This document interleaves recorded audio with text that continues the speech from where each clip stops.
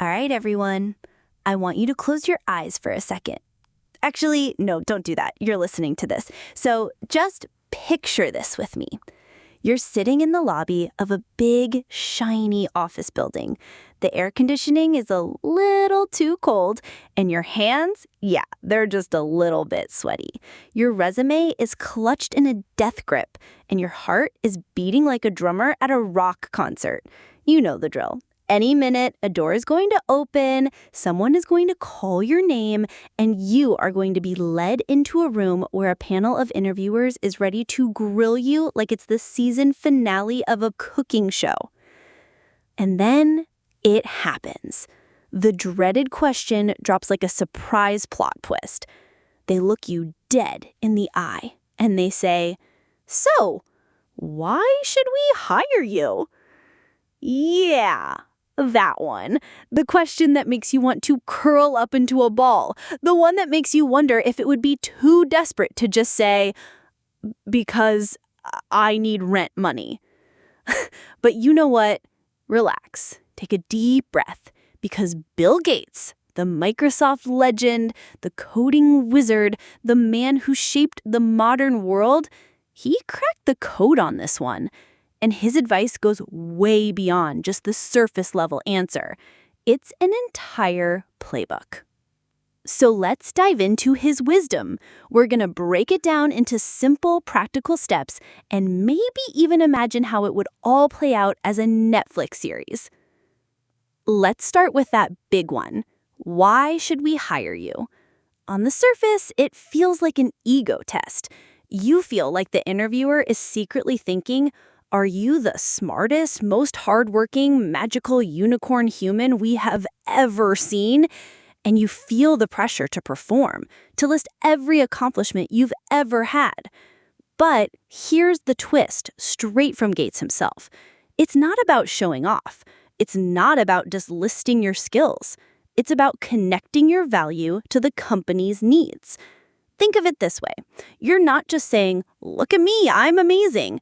What you're really saying is, "Here is what I bring to the table, and here is how it will specifically solve your problems." Gates has always emphasized that hiring managers aren't just checking off a list of accomplishments like they're grabbing milk and eggs at the grocery store. They're looking for something deeper. They want to see impact. They want to see potential. And most importantly, they want to see your mindset. Let's use a real-life example. Imagine you're interviewing for a product design role.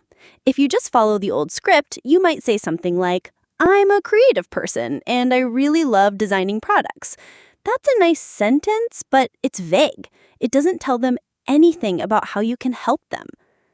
Instead, follow Gates's advice. Connect your answer to a tangible result. You could say, "Last year, I designed a product that reduced customer wait time by 30%. I'd love to bring that same results-focused approach here to improve the user experience and help your team innovate faster." Do you hear the difference? One is a general statement.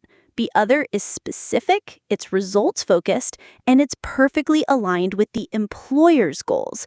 You're not just describing yourself, you're offering a solution. You're saying, "I have a problem-solving mindset, and I can apply it to your company." Even Bill Gates himself back in the day didn't just list his coding achievements when he was asked this question. He highlighted his deep passion for software, his ability to work with a team, and his ambition to grow with the company. And that, he says, is exactly the mindset that modern candidates need. You have to connect your unique skills to the company's needs. You have to show that you're motivated to grow with the role, not just get the job. And you have to demonstrate your potential for both short-term impact and long-term vision. Now for the classic trick question, what are your strengths and weaknesses? Gates says this isn't about bragging. It's about self-awareness. Employers love candidates who know who they are, what they're good at, and where they need to improve. It shows humility and confidence at the same time.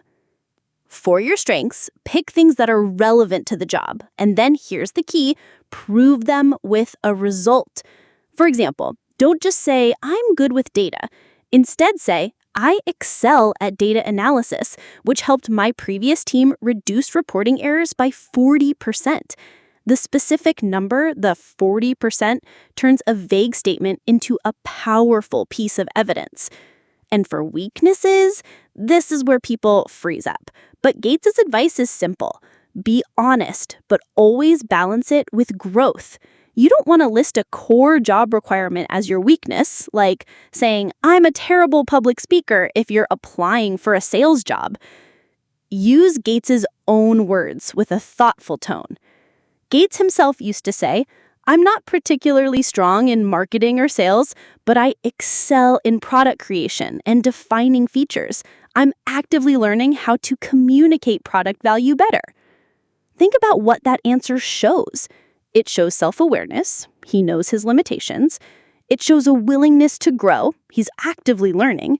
And it shows confidence without arrogance. Next up, because he's the also crystal ball highlighting his question. other strengths. Where do you see yourself in 5 years? Gates points out that this isn't about predicting the future. No one expects you to know exactly what you'll be doing. This is about showing ambition and direction. Employers want to see that you have goals. They want to see that you can grow with the company. And they want to see that you think ahead and are motivated to build a future. You don't need a perfectly detailed plan. You just need to align your personal growth with the company's vision. For example, in 5 years, I would love to lead a team that's focused on sustainable tech solutions. I see your company growing in that direction, and I want to contribute to that journey. That answer shows confidence and alignment. Now for the one that makes everyone nervous, the tricky one that can make or break the vibe of the entire interview. What are your salary expectations? Gates' advice here is to balance confidence with flexibility. If you're too rigid, you might seem difficult to work with. But if you give a number that's too low, you might raise doubts about your worth. So here's his pro tip. First, do your research. You have to know the industry standards. And then give a reasonable range instead of a fixed number. Frame it in terms of your value. You could say, based on my skills and experience, I believe a range of X to Y is fair, and I'm open to discussion. This shows professionalism, practicality, and negotiation savvy. At the end of the day, interviews are not just Q&A sessions. They're your stage to tell a story. You have to highlight your passion. You have to show your potential. You have to demonstrate that you fit with the company's culture.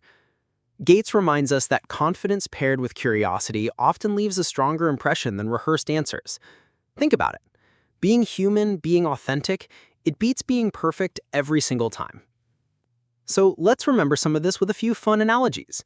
An interview is like a roller coaster. There are ups and downs, your heart is racing, but you have to just enjoy the ride, or at least act like you are. Your strengths are your superpowers. You have to show them that you can fly in the areas that matter most to the job. And your weaknesses, they're not kryptonite. They're just areas that you're actively training to improve. The salary talk is a negotiation dance. You have to lead and follow. You have to listen, you have to respond, and you have to make it graceful. You don't want to stomp on their toes, and you definitely don't want to stomp on your own career. And the entire storytelling process is like pitching a Netflix series. Each of your answers is an episode. You have to hook them from the very start, and you have to end with a bang, the ultimate answer to why they should hire you. Let's look at a real-life example. Imagine a recent graduate named Emma. She's applying for a software role. She's asked, "Why should we hire you?" Emma answers, "During my internship, I automated a reporting process that saved my team 10 hours a week. I'm excited to bring that same problem-solving mindset here to improve efficiency and innovation." She's asked about her strengths. Emma says, "I'm highly analytical and I love tackling complex problems. My attention to detail has helped reduce bugs by 30% in my previous projects." She's asked about her weaknesses.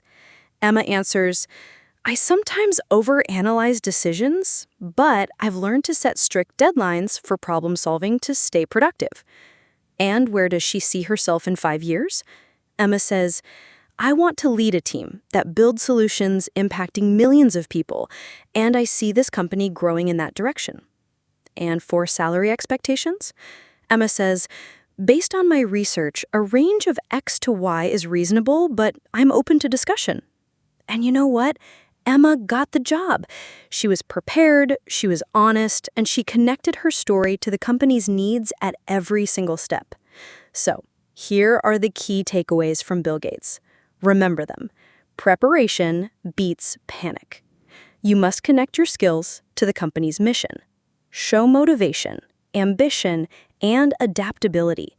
Be honest about your weaknesses, but always show growth. And remember, storytelling is more powerful than any rehearsed line. Salary talk is all about confidence and flexibility. Gates's final advice boils down to this: be prepared, be honest, tell your story, show your value, and connect with people. You don't need to memorize a script. You need self-awareness, clarity, and confidence. Every single question you are asked, even the dreaded ones, is an opportunity to show them who you are, what you can do, and why you matter. So the next time someone asks you, why should we hire you? Just smile, take a deep breath, and answer like Gates, with honesty, preparation, and purpose.